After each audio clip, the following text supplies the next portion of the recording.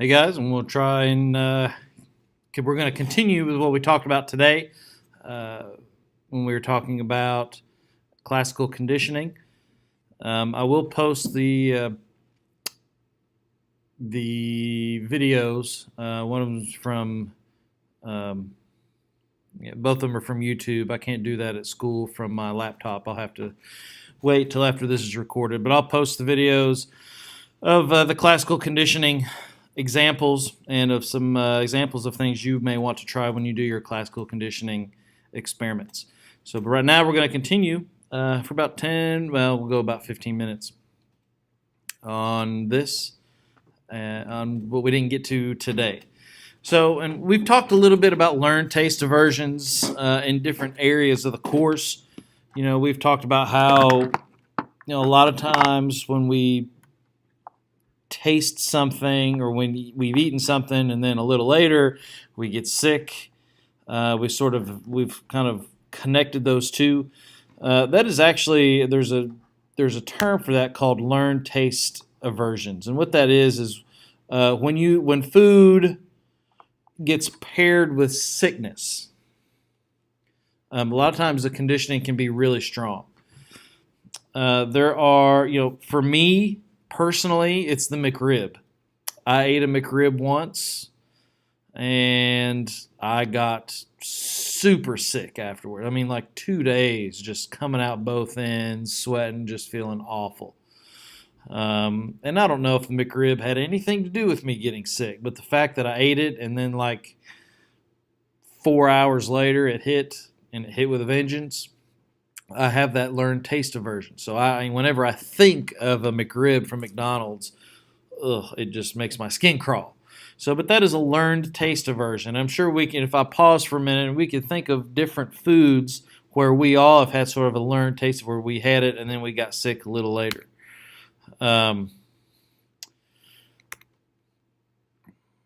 Even, and that's the thing, even when they're hours apart, I didn't get sick till a long time afterwards. So, but it happened, and I've got that taste aversion. The big thing is that the food must be salient or noticeable. I don't normally eat McRibs. Another example might be, sometimes maybe going to a specific restaurant in general will cause that. Because especially if it's one that you don't go to very often, and then all of a sudden you have it and you get sick. So I'm mesmerized by Tom Green's eating here. I'm going to go to the next one. Ugh. All right. So that was sort of the end a little bit of classical conditioning. So right now we're going to continue with what's called operant conditioning. And the thing with operant conditioning is this is behavior modification through reinforcements or punishments. So here's what we mean by that. In this, the learner is not passive. It's not like classical conditioning where, I put a hand in somebody's face and they flinch. They don't think about it. Or, you clap your hand real loud and you do this. Or you ring a bell and dog starts to salivate without thinking about it. All right, in those, the learner is all pretty much passive. They're not really thinking about what's happening. They're just reacting. It's natural. In operant conditioning, the learner is not passive. The learner is in control, generally, of their actions and of their behaviors. So with this, learning is based on consequences, whether they're positive consequences or negative consequences we'll get into. So with classical conditioning, you can teach a dog to salivate, but you cannot teach it to sit up or roll over. Well, why is that? All right. I think rolling over or sitting up, those are not natural things. Those are not natural reactions, whereas the salivation is a natural reaction. So when you're teaching a dog to salivate at the sound of a bell, that's classical conditioning. But when you're teaching a dog to sit or to heel, or to go fetch a bird, or things like that. I've got a bird dog, so that's usually where I go for my examples. That's operant conditioning.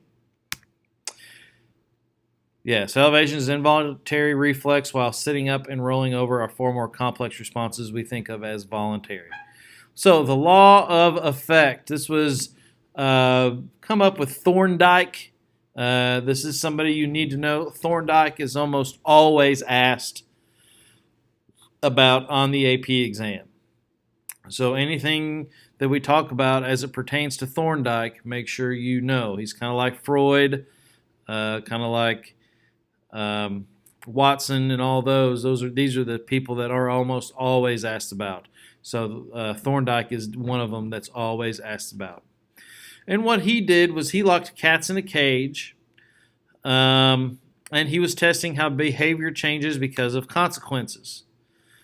And his law of effect states that rewards will strengthen behavior, but if consequences are unpleasant, the stimulus-reward connection will weaken. All right, now this is a little different from maybe some of the things we've talked about in the past. And he called the whole process instrumental learning. So when I've got, which I don't think this will click, it might. Yeah, I can't open YouTube on my laptop, so I just messed everything up. At school, anyways. I may post that too here in a little bit on the Google Classroom. Another big behaviorist was B.F. Skinner, and of course he did the Skinner box. He is actually considered the founder of operant conditioning. And he was definitely a nurture guy. You know, he thought that we can control all behavior through nurture. We can control all behavior through operant conditioning and learning. And he used the Skinner box, what it was known as. He called it the operant conditioning chamber to prove his stuff. And this is where you would put in mice, and they would watch a light and hit a lever, and they'd get food, which was positive reinforcement because he was getting something. Again, I'll post this online if you want to maybe go to it on your own. You know, type it in. That should probably work. And I'll post all of these on the Google Classroom website here in a little bit. So, but in operant conditioning, you have two different things. You have reinforcement and you have punishments. Reinforcements try and get you to repeat behaviors, trying to make it happen more often. Punishments make you want to stop behaviors. So it's a little bit different than probably the definitions we've come to know in the past. So we're going to get into that a little bit now. But as you can see on the screen, reinforcement, a reinforcer is a condition in which the presentation or removal of a stimulus that occurs after a response or a behavior strengthens that response or makes it more likely to happen again in the future. It reinforces that behavior. You want it to keep happening. You want it to repeat. Think reinforcement, repeat. All right, you want it to keep happening. So positive reinforcement is when you give them something that tries to get that behavior to happen again. You know, example down here, getting paid for good grades. You get money for the behavior of studying and bringing home good grades. So positive is giving you something. So if positive is giving you something, what do you think negative reinforcement might be? Negative reinforcement is taking away something to reinforce behavior. So negative reinforcement, the removal of an unpleasant or an averse stimulus that creates the probability that a response is happening again. Taking an Advil to get rid of a headache.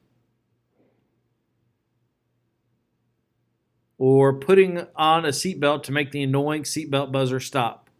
Those have actually gotten much less annoying over the years. I know in my truck, it goes off for, I don't know, about 1 minute after I start driving, and then about 5 minutes after I start driving, it dings again, and then the light stays on. So it's gotten much less negative. But the idea is you want to take away something that is unpleasant. So you would, take Advil to get rid of a headache. And that reinforces you taking more Advil, so the headache goes away, so you take more Advil. So it takes us. The idea is that you are reinforcing that behavior over and over and over again. The word positive means to add or apply. The word negative means to subtract or remove. All right, so there can be positive and negative reinforcements. We think of negative reinforcement as punishment, and that is actually not the case. All right, we're going to get to that in a minute. Positive and negative are going to be the same with punishment too. So you're going to add things to stop a behavior, or you're going to take away things to stop a behavior. I'm going to show you that in a minute. So here's an example of positive and negative reinforcers. Positive reinforcement, a behavior is followed by a desirable event or state. $10 for an A makes it more likely a student will earn more A's. You're giving them money, which is a positive. It's a desirable event. More money is always more desirable. And in hopes that you would repeat the behavior of getting A's. Whereas negative reinforcement, behavior ends an undesired event or state. So the behavior of taking an aspirin relieves headaches and makes it more likely that aspirin will be taken in the future. All right. This one's a bit more confusing. But this is an example that is used a lot in AP Psych. So try and make sure you remember this as a negative reinforcement. I know it may seem like taking or adding is positive, but what the focus on here is the headaches. The removing of the headaches reinforces that you're going to take the aspirin more. The taking of the aspirin is the behavior that's being repeated. Okay? Hold on for a second.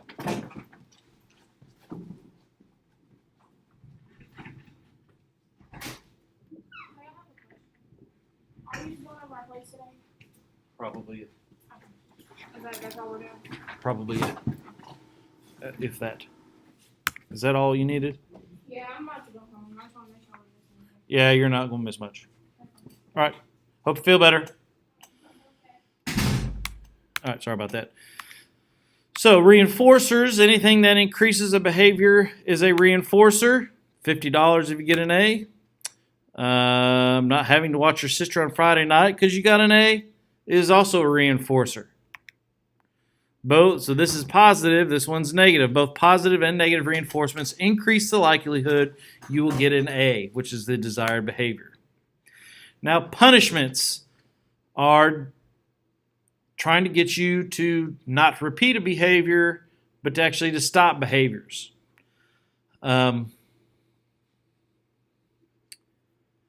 long have we been going? About 10, 15 minutes. All right, I'll stop this here, and I'll leave the rest of this for class tomorrow. So we'll talk about punishments in class. I'll go ahead and post some of those videos to go on Google Classroom, and we'll see you all later.